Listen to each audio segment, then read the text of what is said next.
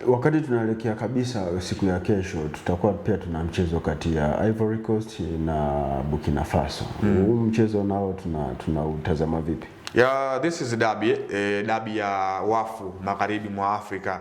Ivory Coast mabingwa watetezi hawa hii michuano, lakini Burkina Faso hawa ni washindi watatu wa michuano ya AFCON mwaka 2021 iliyofanyika pale nchini Cameroon, wakifungwa dhidi ya hao wenyeji Cameroon. Kwa hiyo unakuja kuangalia ni mechi ngumu, bato kati ya mataifa haya mawili yanatokea ukanda wa magharibi mwa Afrika kwa maana ya wafu, lakini pia haya yote yalikuwa zamani yanaunda ukanda ile tunasema ni ECOWAS,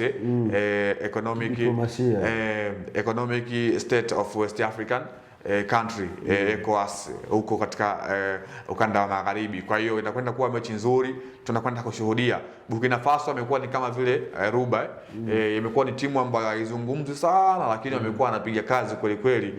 Bahati mbaya kwa mwalimu wa Burkina Faso hii leo anamkosa Stephane Aziz na ameweza kuondolewa kikosini kutokana na kile ambacho kimeendelea kwenye familia yake. Kwa hiyo lakini bado ana mtu kama vile Bertrand Traore anaweza kuwa sehemu ya kikosi. Burkina Faso imekuwa ni timu ambayo haizungumzi sana, lakini just to jaribu tu kuangalia katika michuano ya barani Afrika, wana mtu kama vile namzungumzia Ibrahim Lati Toure. Huyu ni kiungo wa klabu ya Pyramids, mshindi wa ligi ya mabingwa barani Afrika msimu uliopita. Wana watu kama hawa ambao tumekuwa tunashuhudia, lakini pia Issoufou Dayo, mlinzi wa RS Berkane, yuko pale kikosini. Kwa hiyo wamekuwa hawana wachezaji wengi ambao Edmond Tapsoba the same yuko pale, wakina Sangare, hao wote ni wa muda mrefu kwenye kikosi cha Burkina Faso.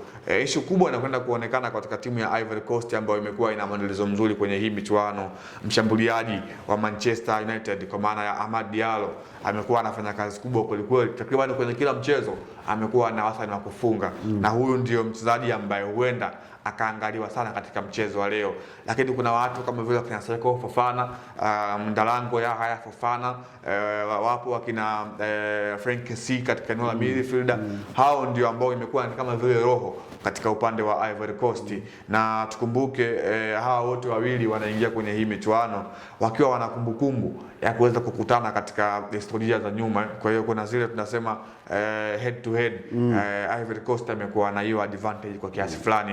Ivory Coast wamekuwa wana maumivu, wana faida kwamba wao tayari wameshakata tiketi kwenda kushiriki michuano ya World Cup 2026.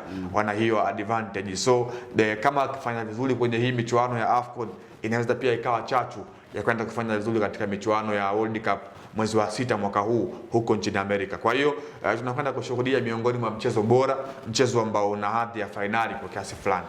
Ni mchezo ambao kwa kiasi fulani una hadhi ya finali. Tunazungumzia mchezo kati ya Ivory Coast Cote d'Ivoire dhidi ya Burkina Faso, mchezo ambao unabeba hisia za watu wengi hasa kwa ukanda ule wa Afrika Magharibi.